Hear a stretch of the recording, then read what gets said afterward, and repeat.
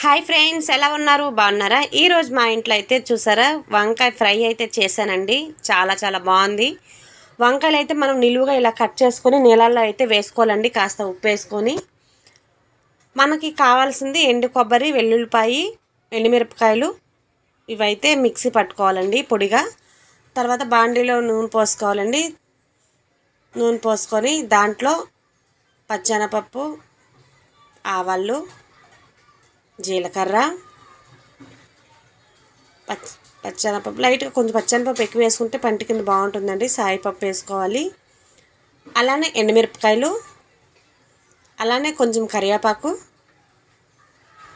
ఇవన్నీ ఇలా వేసుకొని కలపెట్టుకోవాలండి. నిజంగా చాలా చాలా బాగుంటుంది వంకాయ ఫ్రై అయితే. మీరు కూడా ట్రై చేయండి. చూసారా వంకాయలు అయితే ఇలా వేసేసుకోవాలండి. మొత్తం వంకాయలన్నీ ఇలా వేసుకోవాలి. వేసుకున్న తర్వాత కొంచెం అటు ఇటుగా కొంచెం కలబెట్టుకోవాలండి.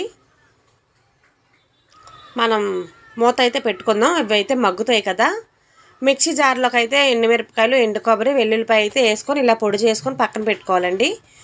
చూసారా ఇప్పుడు మూత తీసి చూద్దాం వంకాయలు అయితే ఎలా మగ్గిపోయినాయో. చూసారా ఇలా మగ్గిపోయాయి కదా వంకాయలు.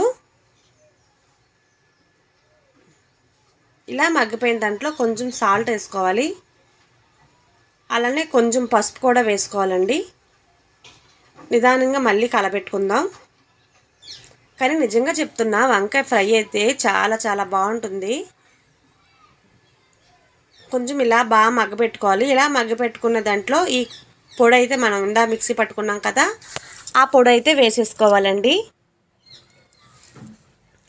పప్పుతో అయినా పప్పుచారుతో అయినా వేసుకొని తింటే అబ్బో చాలా బాగుంటుందండి. చూసారా ఫ్రై అయితే లాస్ట్కి అయితే ఈ రకంగా అయితే రెడీ అయిపోయింది.